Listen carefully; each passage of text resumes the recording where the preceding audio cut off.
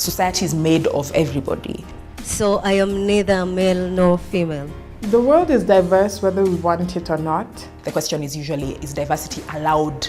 A man is no less a man just because he cries. Being a gay guy in Kenya has made me more strong, I would say. I'm not just what I look. Lesbian, gay, bisexual, transgender, intersex, and gender non-conforming. We should give them a chance to say what it is that they're saying. We understand where they're coming from. We are being real.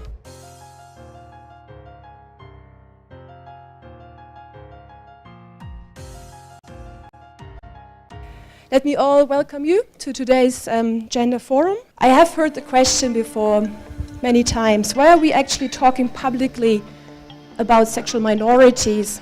Why don't we just let people do whatever they want to do out of the public eye? But it's because violations of human rights are a day-to-day experience of a lot of people, many people that belong or are believed to belong to sexual minority here in Kenya, but also worldwide. So we need to speak out, to guard and to defend what's most essential to all our societies. So the reason that we're having this conversation is because we have made something that is private and intimate a subject of public legislation, and we have used our parliament to legislate. The Constitution of Kenya 2010 guarantees a wide range of rights and fundamental freedom, and it also provides strong commitment to the principles of equality and non-discrimination. We have had the chance of having a beautiful constitution. I'm really proud of ourselves. So of course today we're talking about human rights and equality in the context of gender diversity and sexual minorities. So maybe to just get an understanding of what we're talking about, and this is an observation we'd made when we were coming in. You were all filling in your names and there was a column for gender.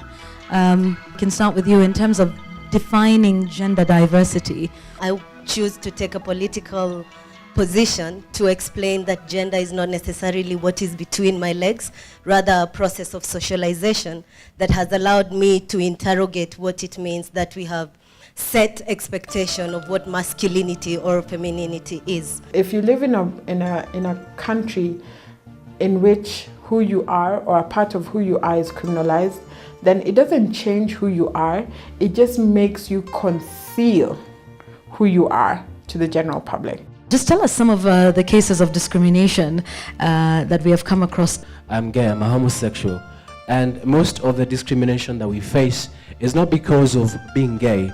It's because society presumes that if you are a man and you like another man, then you are taking the position of a woman, that you are lowering yourself lower than a man should be in society.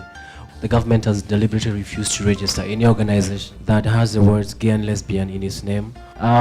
We've had citizens evicting other citizens from their houses because they suspect them to be gays and lesbians. One of the things that is unfortunate is the way that everybody has pathologized this idea of men who have sex with men. So what it has served to do is kind of lock the idea of the gay man in a HIV spreading kind of gift-giving box. Why should we even be talking about this?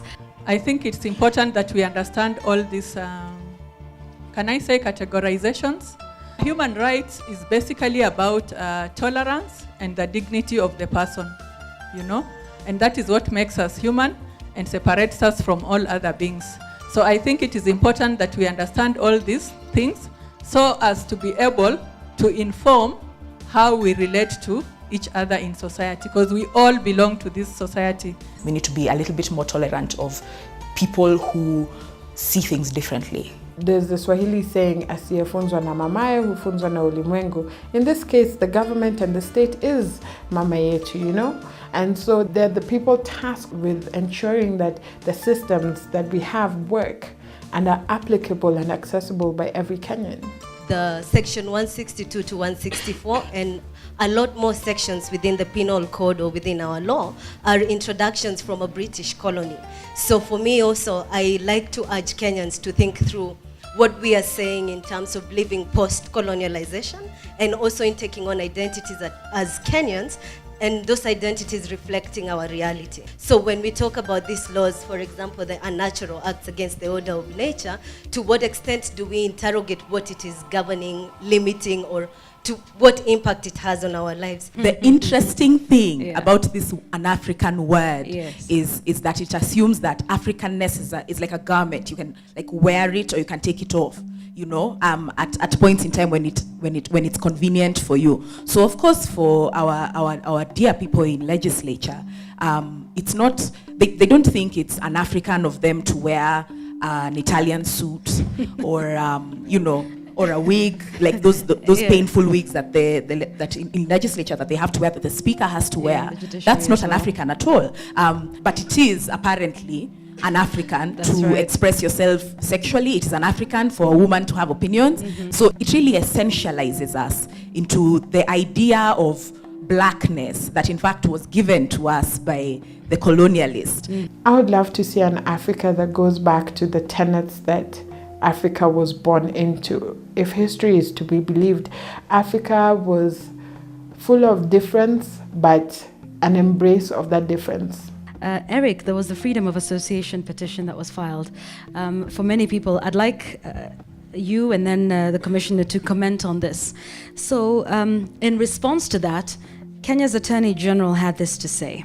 They are a threat to humanity. They have perverted lusts. They have sexual parts that don't fit. They need medical, spiritual, and behavioral therapy. They are a conspiracy to convert the world. And if the court grants them rights, then we can all kiss humanity goodbye.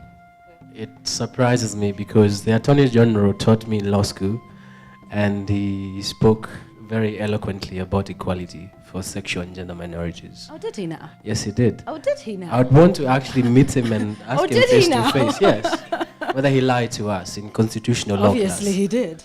I think the first thing that is important is to stop making statements and start asking questions and encourage everybody to ask questions, and not intrusive questions like we must know what you're doing in your bedroom in the night or whatever as regards everybody, but questioning the basics of the way things are. Why do we understand gender this way? I take it as his personal opinion or his advice to his client, if I may put it that way. Okay. But by and large, laws are made by society. Right. The other one was about the struggle for actualization. They are called sexual minorities because they are actually a minority group. It is not going to be an easy battle.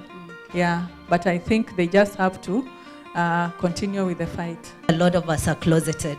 So there is the presumption that only maybe those who are willing to take on a tag are part of that community. Okay, just one last question though. Do we have unity of purpose? The unity of purpose that we are seeing is from government, civil society, and private citizens when it comes to decriminalizing homosexuality. I think everybody is trying in one way or another, forced by circumstances for sure. You did mention that you have the numbers, some in the heterosexual marriages, and I'm asking if what we are doing, I'm part of the we, if what we are doing is good, don't you think that we need to convince these people in heterosexual marriages so that they pull out and make the non-adulterated gays have the numbers? You know, everyone has a right to come out, everyone has a right to keep their private space.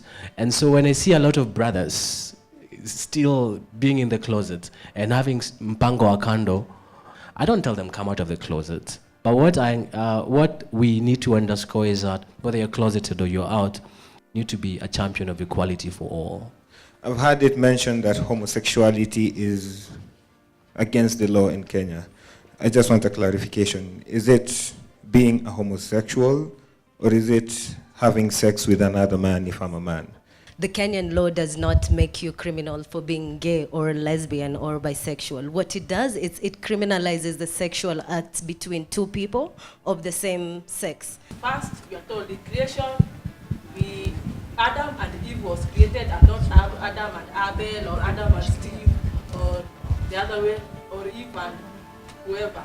I am a Christian, I have very Christian beliefs and values, it also doesn't stop me from sitting on this panel and being firmly everything that I believe. So one of the biggest assumptions that we make is that Christians are anti-gay. It's not entirely true. Okay, thank you for that. I think the last word thing is Kenya is big enough for everybody. I think that's all I'll say.